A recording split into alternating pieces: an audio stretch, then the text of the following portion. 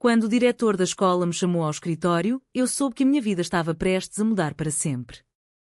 O boato sobre mim e Sofia havia-se espalhado como um vírus invisível e agora toda a turma sussurrava nas minhas costas com olhares que cortavam mais fundo que qualquer palavra. Para proteger a honra da minha família, eu não tive escolha senão abandonar os estudos naquela mesma tarde, sem explicar nada a ninguém, apenas assinando os papéis com as mãos trêmulas enquanto o diretor me observava em silêncio. Eu, Ana Silva, tinha 21 anos e estudava na Faculdade de Letras da Universidade de Lisboa, vinda de uma família tradicional do Alentejo, onde o nome era tudo. Meu pai, João, um agricultor aposentado que ainda guardava os valores antigos, repetia sempre que a reputação era o único patrimônio que não se perdia. Minha mãe, Maria, mais calada, mas igualmente presa às convenções, vivia com medo do que os vizinhos diriam em Beja. Sofia era a minha melhor amiga desde o primeiro ano, uma rapariga de cabelo castanho curto e olhos verdes que iluminavam qualquer sala.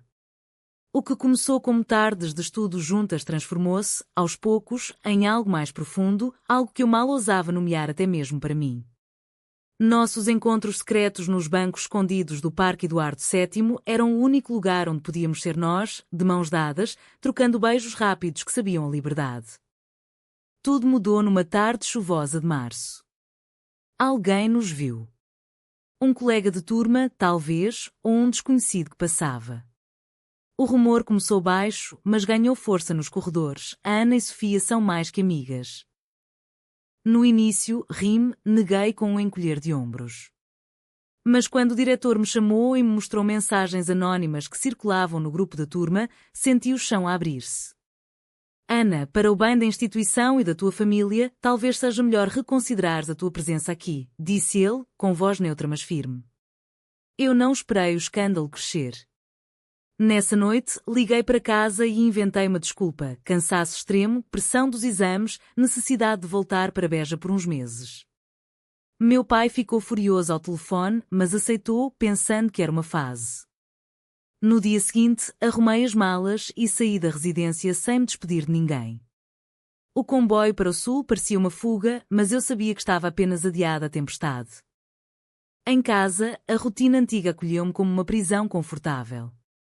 Meu pai falava das colheitas, minha mãe preparava o jantar em silêncio. Eu passava os dias a fingir que estudava online, mas na verdade apenas olhava para o telemóvel, trocando mensagens curtas com Sofia. Volta, Ana. Não deixes que eles ganhem, escrevia ela. Eu respondia sempre a mesma coisa, preciso de tempo. A minha família não entenderia. Os dias transformaram-se em semanas e o rumor não parou. Alguém da turma enviou uma captura de ecrã para um primo em Beja e logo os sussurros chegaram à minha rua. Uma tia ligou perguntando se era verdade. Eu neguei tudo, com a voz firme mas o coração a bater descontrolado. Sofia insistia em videochamadas, os olhos cheios de lágrimas que eu não suportava ver. Eu amo-te, dizia ela baixinho. E eu, covarde, respondia, também te amo, mas agora não posso. A pressão crescia. Meu pai começou a notar o meu silêncio, perguntando se havia algum rapaz envolvido. Eu ria, mudava de assunto. Mas por dentro, a guerra entre quem eu era e quem eles esperavam que eu fosse devorava-me devagar. Depois de abandonar a escola, o regresso a Beja trouxe uma paz falsa que durou pouco. As noites eram longas, cheias de insónias em que eu revia cada momento com Sofia, cada beijo roubado, cada promessa sussurrada. A minha mãe notava os meus olhos inchados e perguntava se era saudades de Lisboa. Eu mentia, dizendo que sim, que a faculdade era dura. Mas o boato, como uma semente venenosa, já tinha germinado na vila. Uma vizinha comentou na mercearia que a Ana voltou porque se meteu em coisas estranhas na cidade. Meu pai ouviu e ficou em silêncio durante o jantar, mas eu senti o peso do seu olhar. Sofia, entretanto, não desistia. Enviava fotos dos nossos lugares favoritos, mensagens longas sobre como a vida sem mim era vazia. Eu respondia com frases curtas, com medo de que alguém visse o telemóvel. Um dia, uma antiga colega de turma, a Laura, telefonou. Ela sabia de tudo desde o início, porque nos tinha visto uma vez e prometera guardar segredo. Ana, o rumor está a piorar. Estão a dizer que tu e a Sofia. Bem, já sabes. Se não voltares e desmentires publicamente, vão expulsar-te de vez dos registros. A voz dela tremia e eu percebi que ela também tinha medo. Medo de ser associada, medo de que o seu próprio nome fosse arrastado. Traí-me a mim mesma ao pedir-lhe que mentisse por mim, diz que era só amizade, Laura. Por favor. Ela hesitou, mas aceitou. No dia seguinte, postou uma mensagem vaga no grupo da turma. As pessoas inventam coisas. Ana e Sofia são só amigas de sempre. Pareceu acalmar as águas por uns dias. Mas eu sabia que era uma mentira que custaria caro. Em casa, a tensão explodiu numa noite de sexta. Meu pai chegou da taberna com o rosto vermelho e atirou o jornal local sobre a mesa. Havia uma nota pequena, anônima, sobre comportamentos impróprios na universidade. Ele não disse o meu nome, mas os olhos dele diziam tudo. Filha, se houver alguma coisa que eu precise saber, fala agora. A honra da família não aguenta escândalos. Minha mãe chorava baixinho na cozinha. Eu neguei mais uma vez, inventando uma história sobre stress académico. Mas por dentro, sentia-me a partir ao meio. Sofia ligou nessa mesma noite, a voz quebrada. Ana, eu não aguento mais esconder. Ou contamos a verdade, ou perco-te para sempre. Eu respondi com silêncio, desligando o telefone com as lágrimas a cair. No dia seguinte, a Laura enviou uma mensagem. Desculpa, Ana. Eles pressionaram-me. Contei a verdade parcial. Não aguentei. A traição doeu como uma facada. Agora, toda a turma sabia que eu tinha mentido e o rumor transformou-se em certeza. Os meses seguintes foram um inferno lento e silencioso. Em Beja, as portas das casas vizinhas pareciam fechar-se quando eu passava. Minha mãe parou de me levar à missa aos domingos, com medo dos olhares. Meu pai, outrora orgulhoso de ter uma filha na universidade, agora evitava falar de mim nas conversas com os amigos. Eu passava os dias trancada no quarto, a reler mensagens antigas de Sofia e a questionar cada escolha. A carreira que sonhava, tornar-me professora de literatura, parecia distante, impossível. Quem contrataria alguém com um escândalo assim? Sofia, em Lisboa, lutava sozinha. Perder algumas amizades, mas recusava-se negar o que sentia. Eu escolhi-te, Ana. Mesmo que o mundo inteiro vire as costas, escrevia ela. Uma tarde, decidi ir a Lisboa para a ver. Encontrei-a no nosso parque, o cabelo mais curto, os olhos cansados. Abraçámo-nos por longos minutos sem dizer nada. Foi o momento mais feliz em meses. Mas quando voltámos a falar, a realidade bateu.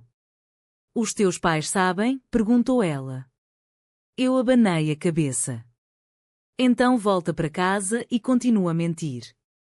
Ou fica comigo e enfrenta tudo. A escolha era cruel. Nessa noite, dormimos juntas num pequeno apartamento emprestado, de mãos dadas, sem mais nada. Foi puro, apenas amor e medo. No dia seguinte, regressei a Beja com o coração mais pesado. O comboio parecia levar-me de volta à prisão. Em casa, o pior aconteceu. Uma carta anônima chegou pelo correio, com fotos borradas do parque, tiradas à distância. Meu pai abriu-a à mesa do jantar. O silêncio que se seguiu foi ensurdecedor. Ele levantou-se devagar, olhou para mim com decepção profunda e disse apenas: sai da minha casa até esclareceres isto. Minha mãe suplicou, mas ele foi intransigente. Eu arrumei uma mala pequena e fui para a casa de uma tia distante. Sofia soube e insistiu: agora é a hora da verdade, Ana. Não podes proteger quem te rejeita. Eu ainda resistia. A honra da família, o nome Silva, tudo que me ensinaram desde criança pesava mais que o meu coração. Mas o preço crescia a cada dia. A traição da Laura abriu as comportas. Em Lisboa, a turma inteira agora comentava abertamente. Alguns antigos colegas enviavam mensagens de apoio tímido, mas a maioria afastava-se. Eu, em casa da tia, tentava reconstruir uma vida mínima, um curso online pago com as poupanças, trabalho num café local. Mas o escândalo seguia-me. O dono do café, amigo do meu pai, perguntou-me diretamente se era verdade. Eu neguei mais uma vez, mas a voz falhou. Sofia veio visitar-me em segredo, trazendo flores e determinação. Vamos juntas à escola. Contamos tudo ao diretor. Não há vergonha em amar. Eu recusei, com medo de perder o pouco que restava. O confronto familiar explodiu numa reunião forçada. Meu pai chamou-me a beja. Sentados na sala de jantar, com a Bíblia aberta sobre a mesa, ele exigiu explicações. É verdade, Ana? Tu e aquela rapariga? Eu hesitei, depois confirmei com um sussurro. Minha mãe chorou alto, meu pai bateu com o punho na mesa. Nunca mais entras nesta casa enquanto não voltares ao caminho certo. As palavras doeram como nunca. Eles falaram de vergonha perante a vila, de como os tios comentavam, de como eu destruía o futuro dos meus irmãos mais novos. Eu saí dali correndo, o peito apertado. Sofia esperava-me no carro. Abraçámo-nos e, pela primeira vez, chorei sem parar. De volta a Lisboa, a pressão da escola aumentou. O diretor enviou uma carta formal. Se eu não regressasse para esclarecer os factos, o meu nome seria associado permanentemente ao escândalo. Amigos comuns traíram mais uma vez, enviando relatos parciais para proteger as próprias reputações. Eu sentia-me isolada, a carreira em ruínas, a família partida. Sofia propôs que vivêssemos juntas abertamente. É a única forma de acabarmos com isto. Eu ainda hesitava, presa entre o amor e o medo ancestral. A escalada chegou ao ponto sem retorno numa manhã de outono. Sofia marcou uma reunião com o diretor e alguns professores. Eu, contra a vontade, acompanhei-a e entramos no gabinete com as mãos entrelaçadas. O diretor empalideceu ao ver-nos. Meninas, isto é sério. A reputação da instituição. Sofia falou primeiro, voz firme, amamo-nos. Não é um boato, é a verdade. E não vamos esconder mais. Eu confirmei com o coração a mil. Os professores murmuraram, alguns chocados, outros em silêncio desconfortável. Saímos dali com a sensação de que o mundo inteiro nos observava. Em Beja, a notícia chegou como um furacão. Meu pai ligou, a voz quebrada pela raiva. Tu escolheste isto. Agora vive com as consequências. Minha mãe enviou uma mensagem curta. Reza, filha. Talvez Deus te perdoe. Eu senti o corte definitivo. A família que me criou agora via-me como uma estranha. Sofia e eu mudámos-nos para um pequeno apartamento perto da universidade. Recomecei os estudos devagar, mas o ambiente na faculdade mudou. Alguns alunos evitavam-nos, outros aproximavam-se com curiosidade. O rumor transformou-se em facto conhecido e o silêncio que se instalou na turma era pesado, carregado de julgamento e, estranhamente, de respeito relutante. A carreira que eu sonhava parecia perdida. Candidaturas a estágios foram recusadas com desculpas vagas. Sofia, mais forte, conseguiu um trabalho numa livraria. Juntas, enfrentávamos o dia-a-dia, mas o preço era alto. Noites de lágrimas, dúvidas, momentos em que eu questionava se valia a pena. Um dia, uma tia ligou, pedindo que eu voltasse para salvar o nome. Recusei. A escolha estava feita, irreversível. O clímax chegou na cerimónia de fim de semestre. A escola organizou um evento público e o diretor, pressionado pelos boatos que não paravam, pediu que eu e Sofia falássemos. Subimos ao palco diante de toda a turma em silêncio absoluto. Eu, com a voz a tremer, disse, sim, amo Sofia. Não é escolha, é quem eu sou. E não peço perdão por isso. Sofia apertou a minha mão. O auditório ficou mudo. Ninguém aplaudiu, ninguém vaiou. Apenas um silêncio profundo, como se toda a escola finalmente compreendesse o peso da verdade. Saímos dali de mãos dadas, sabendo que nada voltaria a ser igual. Meses depois, a família ainda não falava comigo. Meu pai enviou uma carta curta: a porta está fechada enquanto não mudares. Mas eu e Sofia construímos uma vida nova. Eu terminei o curso, arranjei um emprego modesto como revisora de textos. O amor resistiu. O preço foi alto, perdi a família, a tranquilidade antiga, parte da identidade que me ensinaram. Mas ganhei a mim mesma. Será que a honra familiar justifica sacrificar o amor verdadeiro e a identidade de uma pessoa? Verdadeiro ou falso?